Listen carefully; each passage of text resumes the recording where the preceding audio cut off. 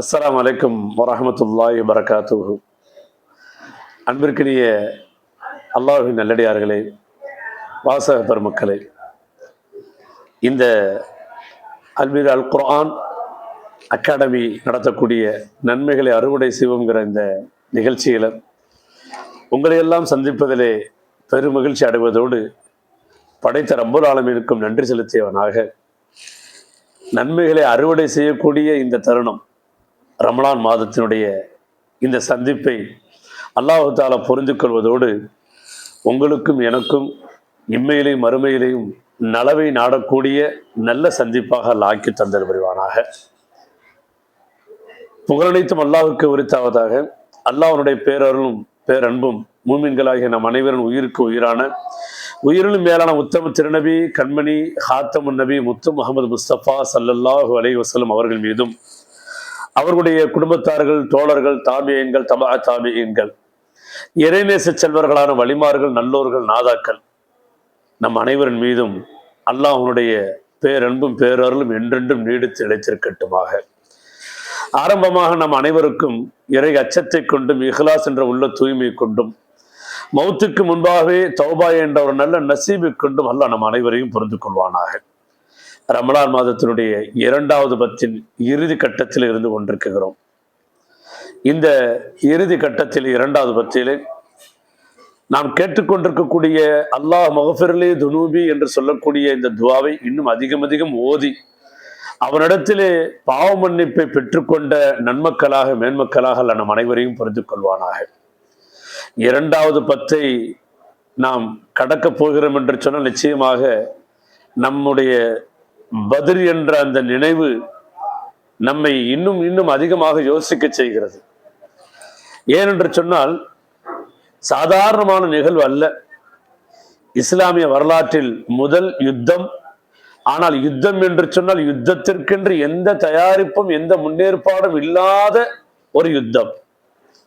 யுத்தம் என்று சொன்னாலே அது முன்னறிவிப்பு செய்யப்படும், அதற்கென்று சில தயாரிப்புகள் செய்யப்படும், அதற்கென்று தங்களை ஆயத்தமாக்கிக் கொள்வார்கள். ஆனால் இந்த யுத்தம் இருக்குகிறதே, இந்த யுத்தத்தில் கலந்து கொண்ட முஸ்லிம்களுக்கு யுத்தத்திற்குத்தான் செல்கிறோம் என்பது கூட தெரியாது. அழைத்து செல்லக்கூடிய தலைமை தாங்கி ஏற்று வழிநடத்தி செல்லக்கூடிய கண்மணி நபிகள் பெருமானார் ஸல்லல்லாஹு அலைஹி வஸல்லம் அவர்களும் இதை யுத்த பயணம் என்று அவர்களுக்கும் தெரியாது. இப்படி எதிர்பாராத விதமாக நடந்த ஒரு இடத்தில் தான் இந்த பத்ர் யுத்தம் நடந்திருக்கிறது. ஆனால் எதிரிகள், இறை நிராகரிப்பாளர்கள், மக்கத்து குஃபார்கள், அவர்கள் இதை எதிர்பார்த்தவர்களாகவே இதற்குண்டான முழு தயாரிப்போடு முழு ஆயுதத்தோடு படை பலத்தோடு வந்து நின்றார்கள் அந்த இடத்தில். பத்ர், இந்த பத்ர் நமக்கு தரக்கூடிய படிப்பினை என்ன என்பதை பற்றி சுருக்கமாக நாம் இந்த நிகழ்ச்சியின் வாயிலாக தெரிந்து கொள்வோம். நபிகள் பெருமானார் ஸல்லல்லாஹு அலைஹி வஸல்லம் அவர்கள் மக்காவில் இருந்த காலகட்டத்திலே வெறுமன இந்த இணை வைப்பாளர்கள், நிராகரிப்பாளர்கள் மூலமாக ரசூலும் ரசூலுடைய தோழர்களும் எல்லா விதமான இன்னல்களையும் எதிர்நோக்கி கொண்டுதான் இருந்தார்களே தவிர எதற்கும் எதிர்வினை ஆற்றவில்லை. எப்பொழுது மக்காவிலிருந்து அவர்கள் மதீனாவிற்கு செல்லக்கூடிய ஒரு தருணம் ஏற்பட்டதோ அந்த தருணத்திலும் கூட எந்த விதமான எதிர்ப்பை தெரிவிக்காமல் தங்களை பாதுகாத்துக் கொள்ள வேண்டும், தனக்கு கொடுக்கப்பட்ட இந்த மார்க்க பணியை நல்ல விதமாக செய்து முடிக்க வேண்டும் என்ற எண்ணத்தோடு தான் மக்காவை விட்டு கிளம்பி மதீனாவிற்கு வருகிறார்கள். மதீனாவிற்கு வருகை தருகிறார்கள். ஹிஜ்ரத் செய்து 2வது ஆண்டு நபிகள் நாயகம் ஸல்லல்லாஹு அலைஹி வஸல்லம் அவர்கள் அந்த 2 ஆண்டிலே மதீனாவிலே பலவிதமான கட்டமைப்புகளை, பலவிதமான ஒரு சீரமைப்பை ஏற்படுத்துகிறார்கள் அந்த மக்களுக்கு மத்தியில். அப்ப தங்களுக்கென்று அதிகார வரம்புக்குட்பட்ட சில வரையறை, சில இடங்களை வரையறுக்கிறார்கள். அப்படி வரையறுக்கப்பட்ட இடத்தை, அந்த இடத்தில் நுழையக்கூடிய ஒரு சூழல் மக்காவாசிகளுக்கு ஏற்படுகிறது. குறிப்பாக அபூ சுஃபியானுடைய தலைமையிலே சிரியா தேசத்திற்கு சென்று வாணிப கூட்டம், ஒரு வியாபார கூட்டம் திரும்ப மதீனாவுடைய எல்லைக்கு உட்பட்ட அந்த இடத்திலே அவர்கள் நுழைகிறார்கள் என்கிற செய்தி கேள்விப்பட்டு அந்த இடத்திலே சென்று அவர்களை தங்களுடைய இடத்தினுடைய இறையாண்மையை பாதுகாப்பதற்காக அவர்களை நிறுத்த வேண்டும், கைது செய்ய வேண்டும் என்ற எண்ணத்தோடு பெறப்பட்டவர்கள் தான். ஆனால் நடந்த நிகழ்வு வேறு. நாயகம் ஸல்லல்லாஹு அலைஹி வஸல்லம் தோழர்களோடு அந்த பத்ர் என்ற இடத்திற்கு வருகிறார்கள் என்று தெரிந்தவுடனே இந்த செய்தி அபூ சுஃபியானிடம் இருந்து மக்காவுக்கு செல்கிறது. மக்காவிலே இந்த தகவலை பெற்றுக்கொண்ட அபூஜஹலுடைய தலைமையில் ஒரு பெரும் படை அதே பத்ருக்கு வருகிறது. அபூ சுஃபியானும் தன்னுடைய வழித்தடத்தை மாற்றி வேறு வழியிலே மக்காவுக்கு சென்று விடுகிறார். இப்ப இந்த இடத்திலே ஹிஜ்ரத் 2 இதே ரமலான் மாதம் இதே பிறை 17 அல்லாஹு அக்பர் நோன்பாளிகளாக நம்மை போல சஹருக்கு ஒரு விதவிதமான வகை வகையான உணவு, நோன்பு திறப்பதற்கு வகை வகையான பதார்த்தங்கள் என்றெல்லாம் இல்லாமல் நோன்பு திறப்பதற்கும் அந்த பேரித்தங்கனையும் தண்ணீரும் தான், நோன்பு சஹர் வைப்பதற்கும் அந்த பேரித்தங்கனையும் தண்ணீரும் தான். இதை வைத்து ஒரு நீண்ட தூர பாலைவன பயணத்தை மேற்கொண்டுதான் இங்கு வந்திருக்கிறார்கள். எப்படி இருப்பார்கள்? கொஞ்சம் கற்பனை செய்து பார்ப்போம். எவ்வளவு பலகீனத்தில் இருப்பார்கள். ஆனால் அந்த பலகீனம் அவர்களை என்ன செய்யவில்லை? பலவீனப்படுத்தவில்லை. ஏனென்று சொன்னால் உடல் தான் அவர்களுக்கு பலகீனமாக இருக்கிறத தவிர உள்ளமும் உள்ளத்தில் இருக்கக்கூடிய ஈமானும் அவர்களுக்கு பலமுள்ளதாக இருந்தது. அதனுடைய வெளிப்பாடுதான் இங்கே அல்லாஹ் தஆலா வெளிப்படுத்தினான். பத்ர் எதிரிகளையும் பார்க்கிறார்கள், நம்முடைய மக்களையும் பார்க்கிறார்கள். நபிகள் நாயகம் ஸல்லல்லாஹு அலைஹி வஸல்லம் அவர்கள் எதிரிகளை பார்த்தால் 1000 பேர் இருக்கிறார்கள். குதிரை படையிலிருந்து எல்லா விதமான போர் தளவாடங்களோடு காத்து கொண்டிருக்கிறார்கள். ஆனால் இங்கே எந்த விதமான தளவாடங்கள் இல்லை. ஒரு நோன்பாளிகளாக பலகீனப்பட்டு இருக்கக்கூடிய ஒரு சிறிய கூட்டம். இதிலே மக்கத்து முஹாஜிர்கள் மிக சொற்ப எண்ணிக்கையினர், கிட்டத்தட்ட 76 பேர் என்று சொல்லுகிறார்கள். மதீனத்து அன்சாரிகள் 237 பேர் என்று பதிவு செய்யப்படுகிறது. ஆக மொத்தத்தில் இந்த 313 பேர் மட்டும்தான் இருக்கிறார்கள். இந்த 313 பேர் மதீனாவிலிருந்து கிளம்பும் பொழுது கொஞ்சம் அதிகமான நபர்கள் தான் இருந்தார்கள். ஆனால் இந்த பத்ர் என்ற இடத்திற்கு வர வர நெருங்க சூழ்நிலை மாறுகிறது. போர் என்ற சிந்தனைகள் வராதவர்கள் எல்லாம் பின்வாங்குகிறார்கள். போரா சண்டையா என்று பின்வாங்கியவர்கள் சிலர். மீதம் இருக்கக்கூடிய அசலியத்தான ஈமானுடையவர்கள், கூவத்தான இறை நம்பிக்கையுடையவர்கள் இந்த 313 பேர் மட்டும்தான். இவர்களை வைத்துக் கொண்டு அந்த இடத்தில் ரசூலுல்லாஹி ஸல்லல்லாஹு அலைஹி வஸல்லம் அவர்கள் என்ன செய்யலாம் என்று எதிர்பார்த்து காத்திருக்கிறார்கள். அல்லாஹ்விடத்திலே முறையிடுகிறார்கள், அழுகிறார்கள். இந்த இடத்தில் நாம் கவனிக்க வேண்டிய விஷயம் மிக எளிதாக சொல்ல வேண்டும் என்று சொன்னால் புரியும்படி, அல்லாஹு தஆலா இவர்களுக்கு உதவி செய்ய வேண்டும் என்று முடிவு செய்து விட்டான். ஆனால் முடிவு செய்வதற்கு முன்பாக முஸ்லிம்களிடத்திலே என்ன குவாலிட்டி இருக்க வேண்டுமோ அந்த குவாலிட்டி இருக்கிறதா என்பதை எதிர்பார்த்தான் அல்லாஹு தஆலா. முஸ்லிம்களிடத்தில் என்ன ஒரு தரம், 3 விஷயம் இருந்தது. 3 விதமான தரமான குவாலிட்டி இருந்த ஒரு காரணத்தால் அல்லாஹு தஆலா தன்னின் புறத்திலிருந்து 3க்கு 3 என்று அல்லாமல் 3க்கு 5 விதமான உதவிகளை அந்த முஸ்லிம்களுக்கு கொடுத்தான். அப்படி முஸ்லிம்களிடத்தில் என்ன 3 விதமான குவாலிட்டி இருந்தது என்று சொன்னால், முதல் குவாலிட்டி துஆ இருந்தது. யாருடைய துஆ? நமது கண்மணி நபிகள் பெருமானார் ஸல்லல்லாஹு அலைஹி வஸல்லம் அவருடைய துஆ இருந்தது. எப்படிப்பட்ட துஆ தெரியுமா? சாதாரண துஆ அல்ல. அவர்கள் சுஜூதிலே விழுந்து அழுதவர்களாக, யா ஹய்யு யா கய்யூம் பிரஹ்மத்துக்கு நஸ்தகீஸ் என்ற அந்த தஸ்பீஹை, அந்த திக்ரை ஓதியவர்களாக, யா அல்லாஹ் இந்த மக்கள், இந்த சின்னஞ்சிறு படை, இவர்களுக்கு இப்பொழுது நீ வெற்றியை தராவிட்டால், இவர்கள் அழிக்கப்பட்டு விட்டார்கள் என்று சொன்னால், உன்னை கியாமத் வரை அல்லாஹ் என்று சொல்வதற்கும் உன்னை வணங்குவதற்கும் இந்த உலகத்தில் யாரும் இருக்க மாட்டார்கள் என்ற துஆவை நபிகள் நாயகம் ஸல்லல்லாஹு அலைஹி வஸல்லம் செய்தார்கள். நபிகளாருடைய இந்த துஆ அல்லாஹ்விடத்தில் அப்படியே அக்செப்ட் செய்யப்பட்டது. சுப்ஹானல்லாஹ். அல்லாஹ் தஆலா உண்மையிலேயே இந்த சூழலை அறிந்தவனாக இருக்கிறான், தெரியாதவன் அல்ல. எப்படிப்பட்ட சூழல் தெரியுமா? உலகத்திலேயே ஒட்டுமொத்த முஸ்லிம்களுடைய எண்ணிக்கை அந்த 313 பேர் தான். நல்லா யோசிச்சு பாருங்க. உலகத்திலேயே ஒட்டுமொத்த முஸ்லிம்கள் என்று சொல்லக்கூடியவருடைய எண்ணிக்கை 313 பேர் தான்.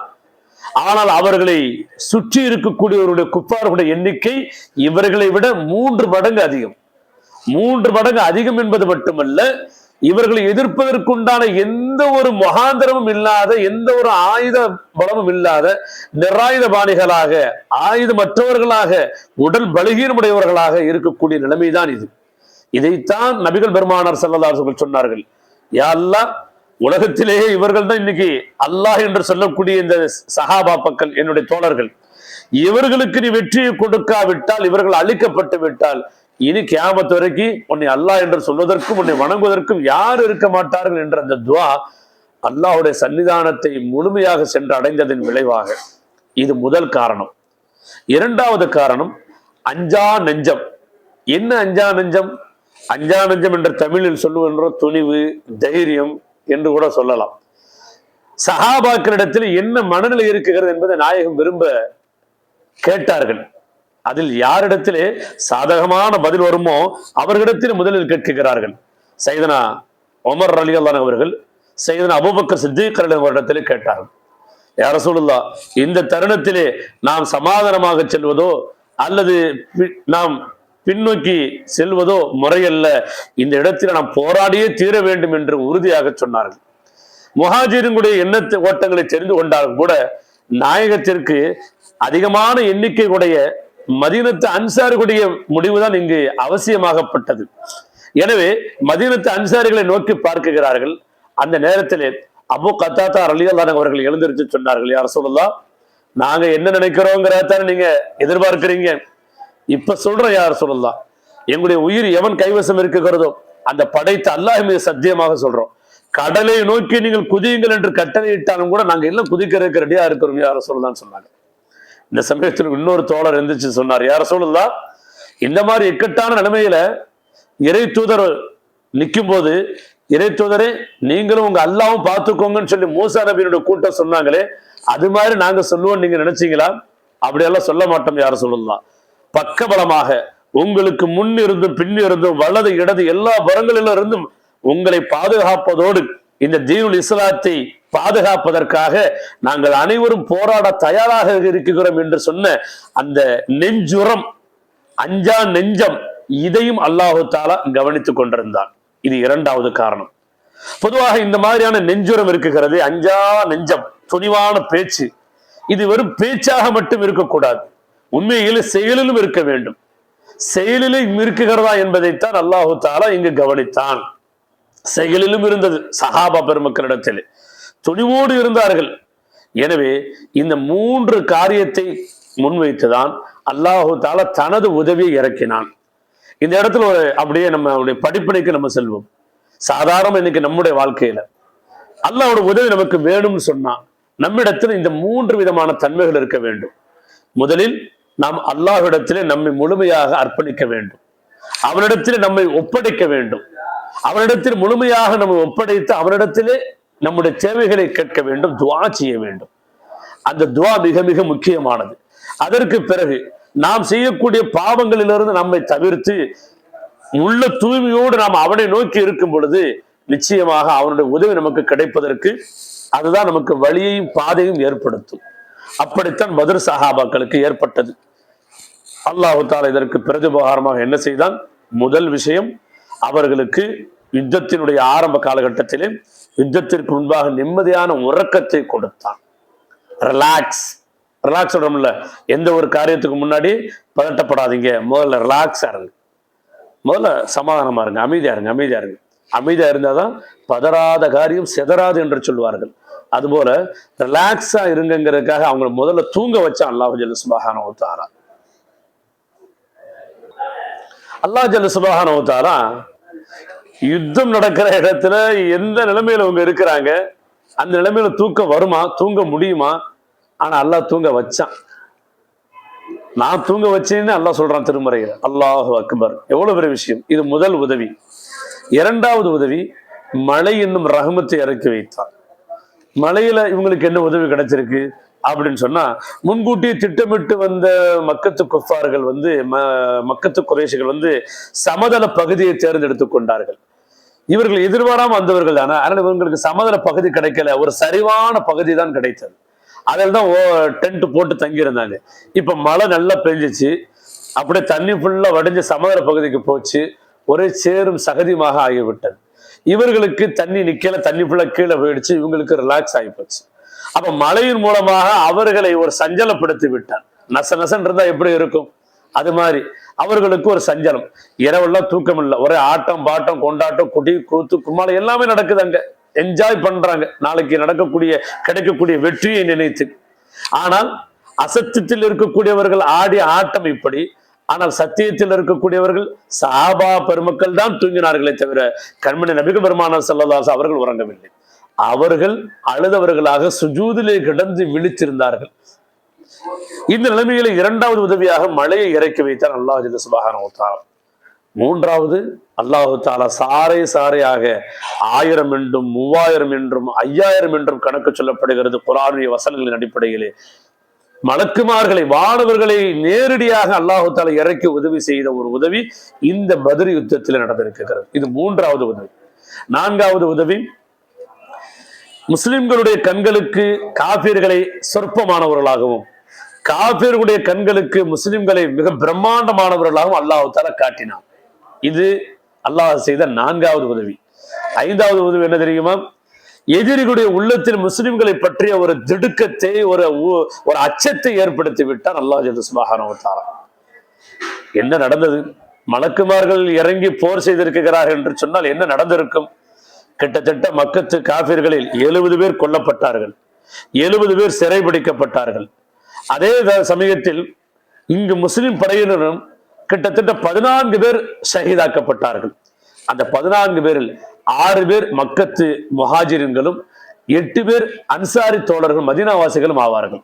இந்த 14 பேர் அன்று உயிர் தியாகம் செய்ததன் விளைவாகத்தான் இன்னைக்கு நாம் பரிசுத்தமான ஈமானை, இறை நம்பிக்கையை, இறை விசுவாசத்தை படைத்தவனை மட்டுமே, உப்பில்லா உருவம் இல்லாத ஈடில்லாத இணை இல்லாத பெறப்படாத ஒரு இறைவனை இன்று நாம் வணங்கக்கூடிய ஒரு தூய்மையான இஸ்லாமிய மார்க்கத்திலே இன்று நாம் அமர்ந்து கொண்டிருக்கிறோம், வாழ்ந்து கொண்டிருக்கிறோம் என்று சொன்னால் அதற்கு ஆரம்ப வித்து என்பது இந்த முதல் எதிர்பாராத யுத்தத்திலே தங்களுடைய உயிரை கொடுத்த அந்த 14 சஹாபா பெருமக்கள் தான்.